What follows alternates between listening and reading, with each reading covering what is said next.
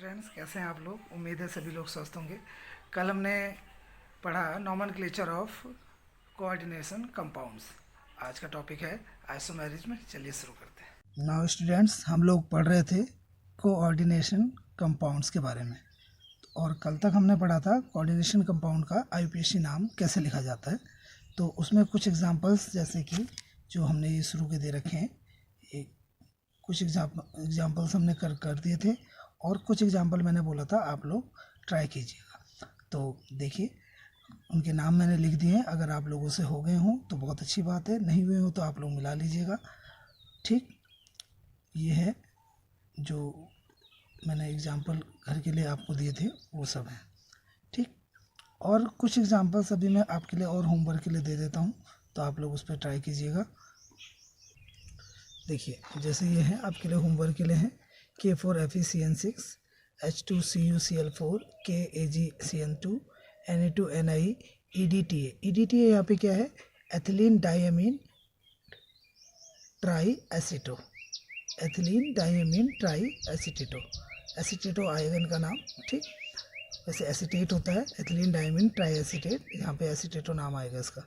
ठीक, उसके बाद है कॉपर का CuNS3 4 और बाद में ब्रैकेट के SO4, Na2FeCN5NO, NiCO4 और CONS3 6Cl3। ये आपके लिए होमवर्क है, उम्मीद है आप लोग कर लेंगे। चलिए इसके बाद के टॉपिक की ओर चलते हैं। देखिए, इसके बाद का जो टॉपिक है वह है उपसहसंयोजी यौगिकों में समावयवता, यानी आइसोमेरिज्म इन कोऑर्डिनेशन कंपाउंड। हमने 11th में भी आइसोमेरिज्म के बारे में पढ़ा है कि आइसोमेरिज्म क्या होती है। व्हेन टू और more than two compounds which have same molecular formula but different properties और structure are called isomers, and this phenomenon is called isomerism. यानी जब दो या दो से अधिक तत्वों के अणुसूत्र समान किंतु उनकी संरचनाएं अथवा गुणधर्म भिन्न भिन्न हो तो उन्हें हम समावयवी कहते हैं, और ये घटना समावयवता कहलाती है। उसके कुछ प्रकार भी पढ़े थे हमने 11th में। 11th में हमने जो प्रकार पढ़े थे वो हमने पढ़े थे चेन आइसोमेरिज्म, पोजीशन आइसोमेरिज्म, मध्यवयवता यानी metamerism, tautomerism and functional isomerism, optical, geometrical. ठीक, तो ये जो पहले वाले जो मैंने चार बताए ये रूप होते थे हमेशा स्ट्रक्चरल आइसोमेरिज्म के। तो यहाँ पे भी हम देख लेते हैं। पहले तो बात करते हैं आइसोमेरिज्म की। हमने कहा जिन यौगिकों के अणुसूत्र तो समान हो किंतु गुण तथा संरचनाएं भिन्न भिन्न हो, जो अभी मैंने बोला, तो उन यौगिकों को समावयवी तथा यह गुण समावयवता कहलाता है, या यह घटना समावयवता कहलाती है। यानी compound which have same molecular formula but different properties and structure are called isomers, and this phenomenon is called isomerism. ठीक, अब बात करते हैं इसके आगे की। देखिए, वहाँ पे हम आइसोमेरिज्म को पढ़ते थे, ये दो पार्ट उसमें भी होते थे, स्ट्रक्चरल आइसोमेरिज्म और स्टीरियो यानी त्रिविम समावयवता। लेकिन स्ट्रक्चरल के वहाँ पे क्या पॉइंट होते थे? Chain, position, functional, tautomerism, metamerism, और इसमें होते थे यही ज्योमेट्रिकल और ऑप्टिकल। ठीक, तो फिलहाल यहाँ पर जो है 11th स्टैंडर्ड की बात थी वो, अब 12th स्टैंडर्ड में हमारे पास, और खासकर इस कोऑर्डिनेशन कंपाउंड में ये 5 जो हैं वो आते हैं स्ट्रक्चरल आइसोमेरिज्म के अंतर्गत। यानी पहला आता है इसमें आयनन, आयोनाइजेशन, उपसहसंयोजी यानी कोऑर्डिनेशन, बहुलीकरण यानी पॉलीमराइजेशन, हाइड्रेशन यानी इसमें हिंदी में भी हाइड्रेशन बोलते हैं, जल से संबंधित होता है, और बंध यानी बॉन्ड और लिंकेज आइसोमेरिज्म। ठीक, तो और स्टीरियो आइसोमेरिज्म यानी त्रिविम समावयवता में दो होते हैं, ऑप्टिकल एंड ज्योमेट्रिकल। ये हमने पढ़ा है, यहाँ पे भी इसे पढ़ेंगे। चलिए आइए पहले की बात करते हैं, आयनन यानी आयोनाइजेशन आइसोमेरिज्म। सबसे पहले आता है स्ट्रक्चरल आइसोमेरिज्म। स्ट्रक्चरल आइसोमेरिज्म को क्या बोलते हैं? यानी when two or more than two compounds which have a same molecular formula but their structure are different, यानी उसके स्ट्रक्चर क्या हो? भिन्न भिन्न हो, then these are called a structural isomerism, and this phenomenon is called a structural isomerism।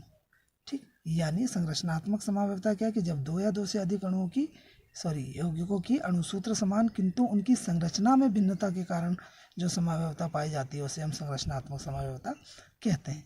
इसमें आ जाइए, पहले की बात करते हैं आयनन समावयवता यानी आयोनाइजेशन आइसोमेरिज्म। यह समावयवता उन उपसहसंयोजी क्षेत्र के अंदर तथा बाहर के लिगेंडों के विनिमय के कारण उत्पन्न होती है।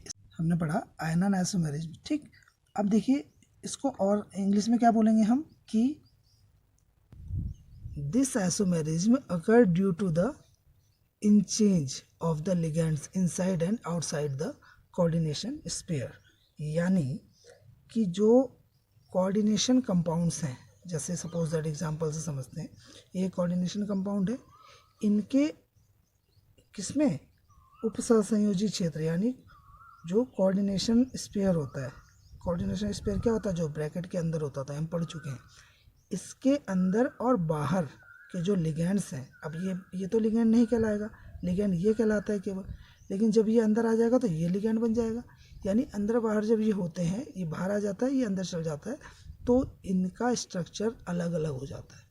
देखिए इसका कलर वायलेट होता है, इसका कलर रेड होता है, इसमें क्या है SO4 अंदर आ गया, Br बाहर चले गया। सेम उसी तरीके से दूसरा एग्जाम्पल दे रखा है यहाँ पे, प्लेटिनम, अमोनियम और क्लोरीन है, और देखिए ब्रोमाइड इसमें बाहर है। दूसरे केस में क्या है, ब्रोमाइड इसमें अंदर है, क्लोराइड बाहर चले गया। थर्ड केस में भी यही हो रहा है, NO3 अंदर है, SO4 बाहर है, यहाँ पे SO4 अंदर आ गया, NO3 बाहर हो गया, यानी इनके जो लिगेंड्स हैं ये जब कोऑर्डिनेशन स्फीयर से बाहर चले जाते हैं और अंदर रहते हैं, तो उनके कारण इनके स्ट्रक्चर अलग अलग हो जाता है, तो इसे बोलते हैं आयनन आइसोमेरिज्म, यानी आयोनाइजेशन आइसोमेरिज्म। ठीक, अब आ जाते हैं सेकंड की ओर, जिसका नाम है उपसहसंयोजी समावयवता। देखिए नाम से ही समझ आ रहा है कोऑर्डिनेशन आइसोमेरिज्म, यानी इनके कोऑर्डिनेशन में कहीं ना कहीं कोई ना डिफरेंस होना चाहिए। देखिए यह समावयवता ऐसे संकुलों में मिलती है जहां धनायन व ऋणायन दोनों संकुल हों तथा दोनों केंद्रीय धातु आयन की उपसहसंयोजन संख्या भी समान हो। ठीक, इसे हम थोड़ा सा एग्जाम्पल से समझेंगे। इसका मतलब होता है कि this isomerism is found in a compound where both the cation and anion are complex, यानी दोनों ही कैसे हो, संकुल ऐसे हो, जटिल हो, and both central metal ions have the same coordination number, coordination number भी उनका सेम होना चाहिए। फॉर एग्जांपल देखिए CO central metal ion, NH3 ligand, और ये दूसरा हो गया Cr सेंट्रल मेटल आयन और Cn लिगेंड। ठीक, इनका जो स्ट्रक्चर है और इनका जो स्ट्रक्चर है, दोनों में अंतर है।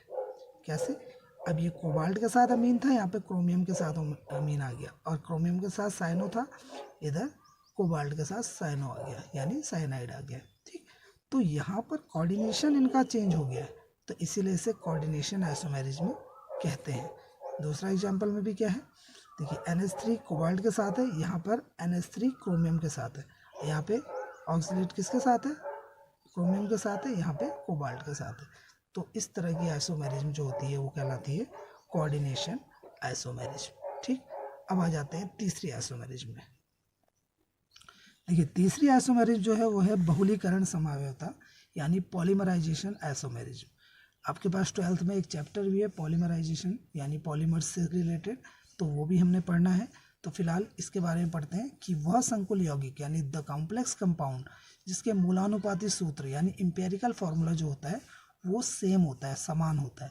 इंपेरिकल फार्मूला का मतलब जो मूल होता है, यानी जिससे उसी से मिलते जुलते बहुत सारे फॉर्मूले तैयार होते हैं। ठीक, यानी उनका रेशियो हमेशा इक्वल होना चाहिए।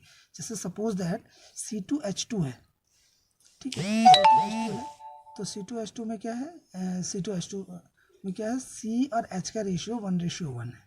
ठीक, वैसे ही अगर C4H8 की बात करें तो उनका रेशियो कैसे होगा, 1:2 है।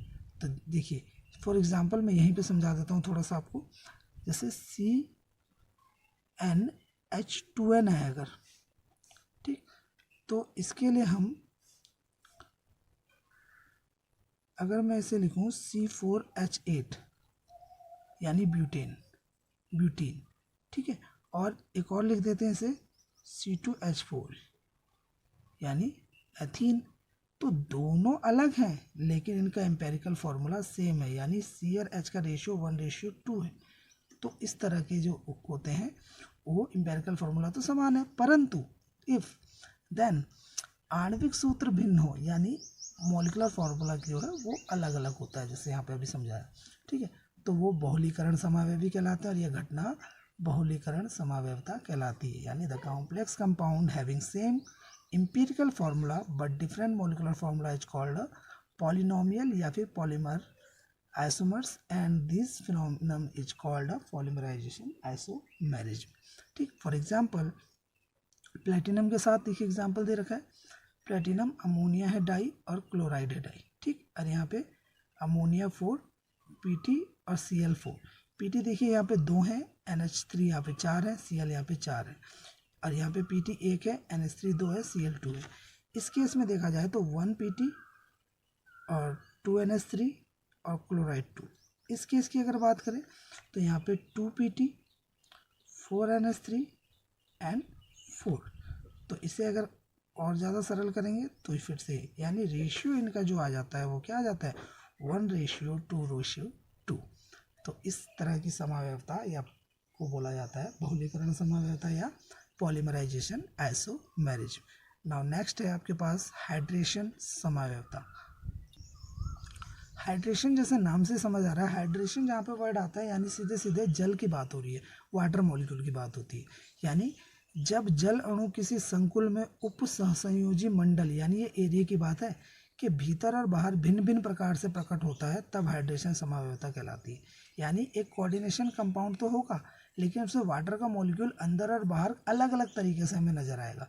ठीक, यानी hydration isomer occur when the water molecule appear in the different way inside the and outside the coordination circle। For example से समझते हैं, जैसे there are 3 isomers of CrCl3 6H2। ये कंपाउंड का नाम है। ठीक है, अब इसको दिखाया कैसे गया है, देखिए 3 स्ट्रक्चर दे रखे हैं, 3 आइसोमर्स हैं। पहले में देखिए वाटर का मॉलिक्यूल 6 है अंदर और ये क्लोराइड है यानी hexa aqua chromium 3rd chloride. Colour इसका वायलेट होता है, संक्रमण धातु भी है क्योंकि जटिल होती है। सेकंड आ जाता है CrCH2O5Cl और Cl2H2। कॉम्बिनेशन जो इसका मॉलिक्यूलर फॉर्मूला है वो सेम है लेकिन कॉम्बिनेशन हो गया, H2 एक बाहर आ गया। ठीक है, तो इसका नाम भी बदल जाएगा। इसका नाम क्या हो जाएगा, chloropenta aqua chromium 3rd chloride hydrate, क्योंकि एक हाइड्रेट बाहर है। अब यहाँ पे 2H2 है तो यहाँ पे देखिए, लेकिन बाहर वालों का नाम हम आपको पता है डाई ट्राई नहीं लिखते हैं, लेकिन अंदर वालों की चीज़ है। यहाँ पेंटा था, अब यहाँ पे टेट्रा एक्वा आ जाएगा और डाइक्लोरो हो जाएगा, dichloro tetra aqua chromium 3rd chloride hydrate. तो इस तरह की समावयवता हाइड्रेशन समावयवता यानी जलीय समावयवता कहलाती है। नेक्स्ट है आपके पास बॉन्ड आइसोमेरिज्म या बंध समावयवता या लिंकेज आइसोमेरिज्म। यानी कुछ लिगेंडों में एक से अधिक परमाणु होते हैं जो इलेक्ट्रॉन युग्म प्रदान करते हैं। अतः जब एक ही लिगेंड केंद्रीय धातु आयन से 2 भिन्न भिन्न प्रकार से जुड़ सकता है तो बंध समावयवता प्रदर्शित होती है। यानी some ligands have a more than one atom which are gives electron pair। Therefore when the same ligands can bind or joint or linkage or bond to the central metal ion in 2 different ways there is a bond or linkage isomerism। कैसे समझते हैं, देखिए इन NO2 ion की बात करें अगर तो इसमें 2 आपको दिख रहे हैं एटम, एक नाइट्रोजन और एक ऑक्सीजन। तो यहाँ पर कोई भी एक एटम N हो या O हो कैन गिव इलेक्ट्रॉन, यानी ये दोनों ही क्या इलेक्ट्रॉन को प्रदान कर सकते हैं। जैसे अगर NO2 से बनेगा तो ये नाइट्रो, और अगर ONO करता है तो यहाँ पे नाइट्रेटो। ठीक, जैसे फॉर एग्जांपल CONH5NH3 5NO2Cl, तो यह nitro pentamine cobalt 3rd chloride, yellowish brown colour होता है इसका, पीला भूरा। और यहाँ पर ONO है तो ये आपको पता है क्या होता है, ये नाइट्रीटो पढ़ा जाता है। तो nitrito pentamine cobalt 3rd chloride red colour होता है इसका। ठीक है, तो इस तरीके से इसमें बॉन्ड आइसोमेरिज्म होती है। इसके अलावा बॉन्डिंग का दिखाया जाता है, मतलब कहने का मतलब कि किस बॉन्ड से जुड़ा हुआ है। यहाँ पे देखिए ONO जुड़ा है, यहाँ पे N से दोनों O जुड़े हैं, यहाँ पे इस तरीके से जुड़ा है, यहाँ पे इस तरह ऐसे में जुड़ा है, डबल बॉन्ड से जुड़ा है, एक सिंगल बॉन्ड से जुड़ा है, नेगेटिव चार्ज लगा है। यहाँ पे दोनों ही डबल बॉन्ड से जुड़े हैं और एक चार्ज है। देखिए ऐसे ही इसकी बात करते हैं, इन थायोसाइनेटो और आइसोसाइनेटो की बात करते हैं। तो तो ये 2 एग्जाम्पल है, उम्मीद है आप लोग समझ जाएंगे, समझने की कोशिश कीजिएगा, नहीं आता है अगर तो हम अगले वीडियो में आपको क्लियर कर देंगे। अब बढ़ते हैं हम आगे। आगे की जो समावयवता है वह स्ट्रक्चरल की समावयवता से भिन्न है, यानी वो हो जाती है फिर स्टीरियो आइसोमेरिज्म। अभी तक हमने ये स्ट्रक्चरल आइसोमेरिज्म पढ़ी जिसमें 5 प्रकार थे, और अब हम पढ़ेंगे, कल पढ़ेंगे स्टीरियो आइसोमेरिज्म जिसमें ज्योमेट्रिकल आइसोमेरिज्म भी है और ऑप्टिकल आइसोमेरिज्म भी है। ये दोनों आइसोमेरिज्म हमने 11th में भी पढ़ रखी है, जिसमें सिस्ट्रांस और डेक्स्ट्रोलीवो फॉर्म होती थी। सिस्ट्रांस होती थी ज्योमेट्रिकल में और डेक्स्ट्रोलीवो होती थी ऑप्टिकल में। तो उसे हम कल पढ़ेंगे। आज के लिए बस इतना ही, धन्यवाद।